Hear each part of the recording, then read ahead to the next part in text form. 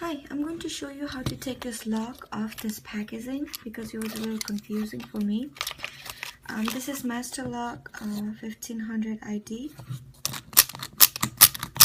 and I already did this part, but just take a pocket knife and cut right here, along this line and this line, and then this one is hollow over here, so it makes it easier, and just peel it off like that.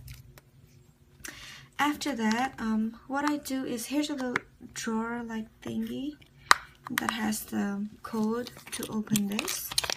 So all you do is just do it like that and take it off.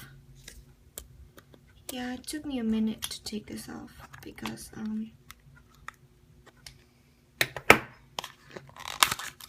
just like that. And in here is the preset combination. So before you open it, just remember to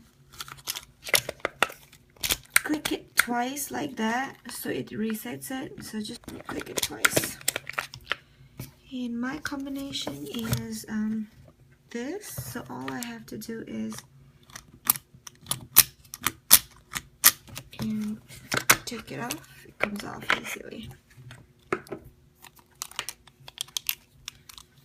And now to reset it, all you have to do is take this off.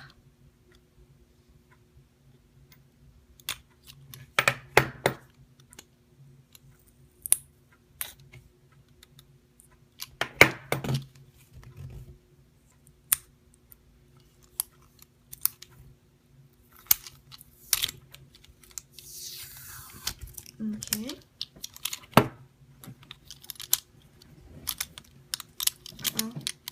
This open. There's a little thingy over here. Use a pen,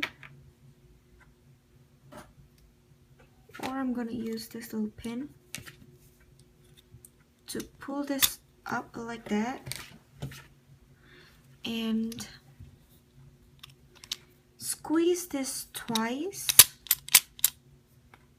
or twice like that. That will clear any combination that's already in there. Pull it up, enter your new combination. Okay. Just for instance, and